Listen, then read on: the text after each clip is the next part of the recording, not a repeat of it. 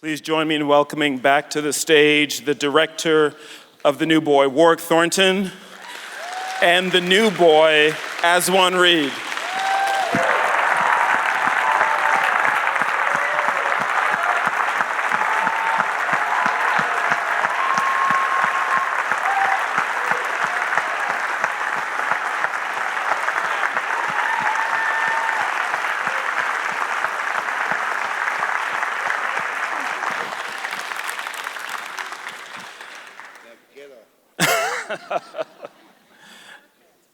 Aswan's not so into Q&As. We were playing Thumb War earlier, but we can't do that out here.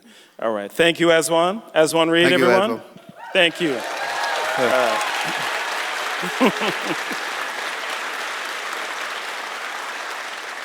No. Seriously, bro, you're going to have to go now.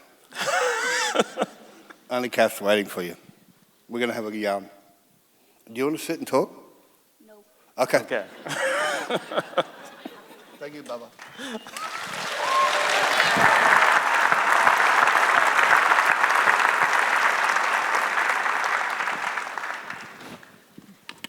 Congratulations on the film, Warwick. Thank you. And welcome You back. don't mind if I have a glass of red wine? Every time I see that film, it just freaks me out. And I'm like, did I fucking make that? And the projection tonight, this cinema, is it a cinema or what is it? This is the concert hall for the Toronto Symphony Orchestra. No, it's a cinema now. It is now, yes. Yeah. That was unbelievably beautiful. The contrast, the projection was just unbelievably brilliant. It just blew my mind. I was crying going, did I make that? Anyway. Yes, you did. I want to ask you how this story first came to you, the story of The New Boy. I had a version of this script for 18 years. And, well, the honesty of that, it was a very bad script. It kind of, there was two problems with it. One was I didn't know what the hell I was doing. And the second problem with it was that it was actually, it wasn't a nun, it was a priest. And his name was Don Peter. And we've all met Don Peter. He's buried behind the shed, which is kind of ironic. Which is a beautiful thing about a script when you can actually have you can have this character. And actually, he wasn't a nasty character, and the script wasn't that bad, and he wasn't he wasn't a prick or anything. He was a bit grumpy, but it's nice to keep a character and you kind of just bury them in the graveyard in the film in a way. But the problem with Don Peter, and the problem with the movies that I make, is that if it was called a film called New Boy and there was a priest and Aswan, everyone who I know, even myself, would have not gone and watched that movie, because you would instantly feel, and especially in Australia, it was about pedophilia. You know what I mean? Some dirty old bastard. And so that became apparent when we were trying to look for money originally with the film, the priest and a child. It was called New Boy. Actually, it was called Father and the Son. And you can't stand out in front of every cinema and say, it's not a bad film. It's not, you know what I mean? Yeah. There's a lot of naivety from these Christians, but it's not a bad film. You can't do that. So, and the funding bodies, obviously, like we're not going to pay for that movie. So, did the idea of making the priest a nun happen before Cate Blanchett came on board, or was that with her? No. So the film instantly went to the sock drawer or the undies drawer, either. I don't know, because I don't, the socks and the undies just go on the floor. And your scripts. And then they go in the wash, and then they go on the line. There's no real, it's kind of romantic that, it goes to the sock drawer. There's no sock drawer. So no, it actually was it just sat there. And literally, because of 18 years, I'd done a couple of drafts, and they were beautiful drafts, and it was getting better and better, and it was kind of the same story. but it was this bloke, this priest, rather than a nun. And then a couple of times of trying to get it funded, it didn't happen. And then kind of like you reside that it maybe never will happen. So you put it in the sock drawer, or the fictitious sock drawer, in my case. And then COVID happened, and then Cate called me and said, life's too short. This is in the middle of COVID, when we're all locked down. And said, let's make a movie, and let's start talking about what we want to do now. And I'm like, oh, fuck yeah. You know what I mean? There's total rock and roll in Cate Blanchett. You know what I mean? So you kind of like, yes, absolutely. And we talked about a lot of beautiful things, a lot of books, a lot of ideas. And I kind of completely had forgotten about this script. And then it was like 4 o'clock in the morning, because she's in London, I'm in Sydney. And it's 4 o'clock in the morning, which is sort of like 10 o'clock in the morning her time, and whatever. And I said, oh my God, I forgot about the script. And I said, can I send you this script? And maybe we'll change this bloke to a nun and see what happens. And she said, yeah, no worries. And then we kind of, because I read it at the same time she did, because I hadn't read it for so long, I realized that and she just went instantly, she called back and said, I love this, let's do this, and don't change the arc of the character. Don Peter's dead, but there's this nun, Sister Eileen, and she's going to do what Don Peter has always done. You know what I mean? And then suddenly you get these really great sort of dynamics and sparks about, well, she's not allowed to do that, she's not allowed to do that, she's holding all these secrets. And I was like, oh my God, this worked really, really well. Mm-hmm. Sorry, I keep using the word, oh my God. And which God am I calling? It's a very good question. Yeah. So the idea was born out of this COVID era conversation that you had with Cate. I want to ask you also about the location, the landscape, the school, the church itself, because these things take on a real tangible presence in the film. And you shot the film as well. I shot it myself. I'm a cinematographer. I started off as a cinematographer. And all of my sort of the bile and the specialness and the ego is cinematically me as a cinematographer.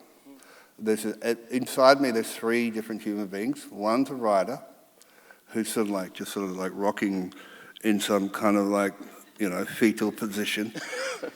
There's a director who thinks he's slightly important but still has a little bit of thing. And then there's a cinematographer who's just at the bar, who's always at the bar and just rocks up and just makes the movies. And meaning you have complete confidence as a cinematographer? Is that what you're saying?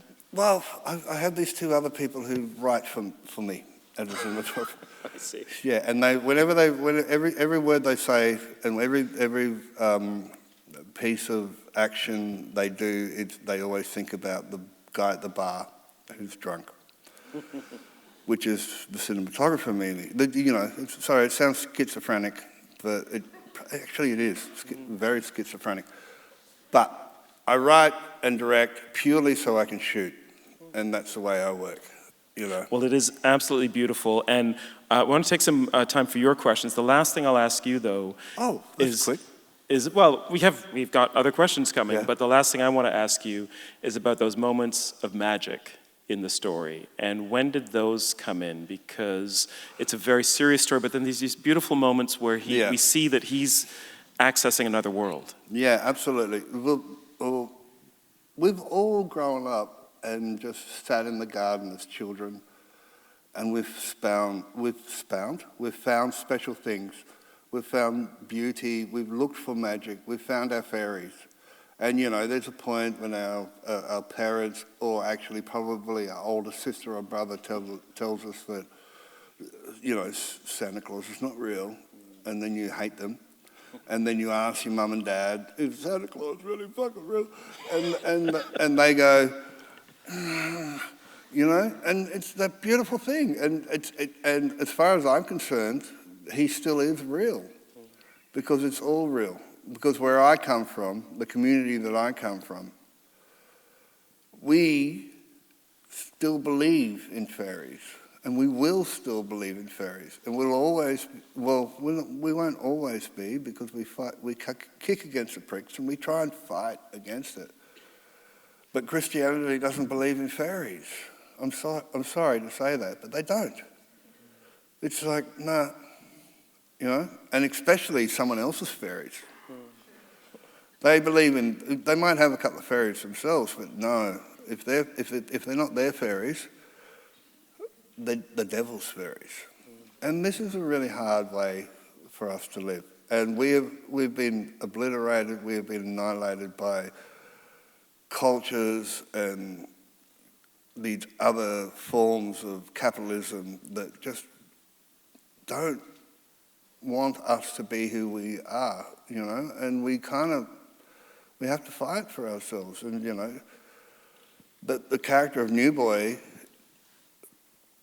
he lost in a blink of an eye. You literally seen the extinction of a culture and a community and some beautiful relationship with the world, with a blink of the eye. And that happened everywhere in the world. It happened here. It happened in North America. It happened in South America. It happened in the Pacific. And it's happening today. And you want to fight for that. You want to believe that there's more to, you know, because the way certain religions work, it's their way or the highway, you know, and it's kind of like, come on, guys, can't we all live together beautifully? Anyway. Thank you. Yeah. All right, let's go to you. We'll start right here.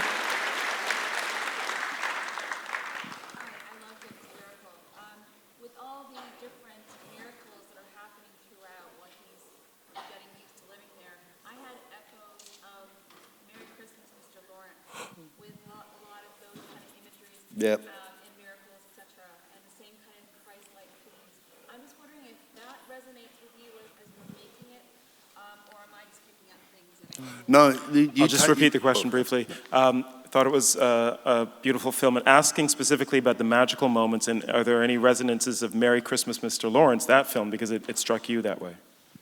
The David Bowie one. That's right. Yeah, absolutely. The thing that I love about cinema, and the thing that I love about you all being here, is the need for escapism and the need to actually be connected to the world. You know, we don't have any actors this year, but we don't need them, but we do need them. We can keep going, can't we?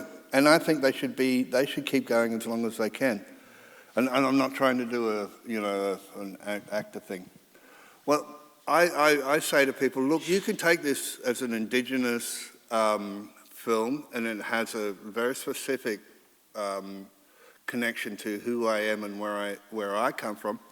Or you could look at this as an absolute, what's that word? What's the new special word that the world just organised?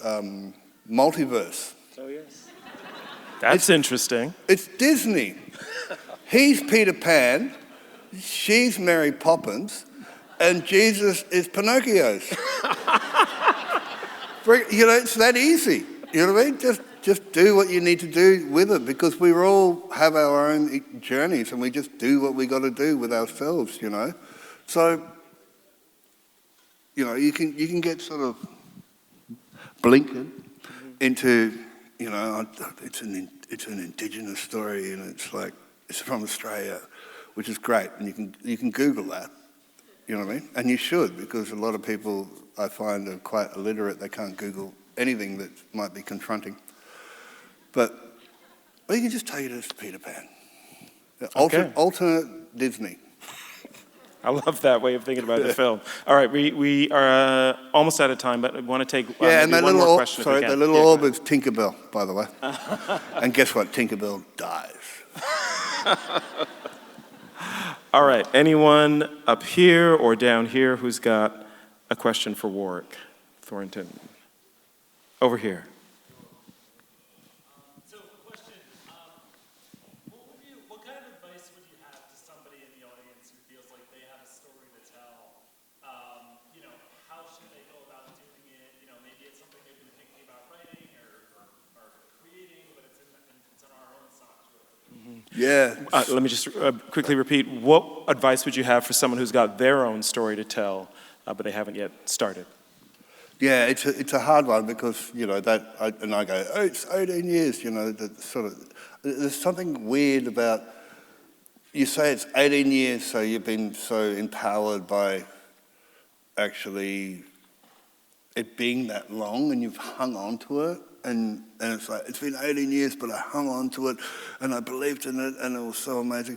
Probably for the first 10 years, it was a really shit script. So actually, it wouldn't have got funded. You know what I mean? So, there's a balance with all that sort of stuff, but you do have to believe in yourself. I always believe that, because I have probably what I believe, talk about, pat myself on the back of the head, I have a really good idea every day for a movie. You know what? It's not a really good idea for a movie. It's a good idea, but maybe it's a country and western song. Or maybe it's, it's a chair, a piece of furniture. You know what I mean? You know what I mean? It's great ideas need to be looked at because when you have you get blinkered into cinema and storytelling and everything, because you're a filmmaker. I am a filmmaker. You know what I mean? And if you believed in every single story you had, every new story you had every day, well, that would take about 2 million years to get developed.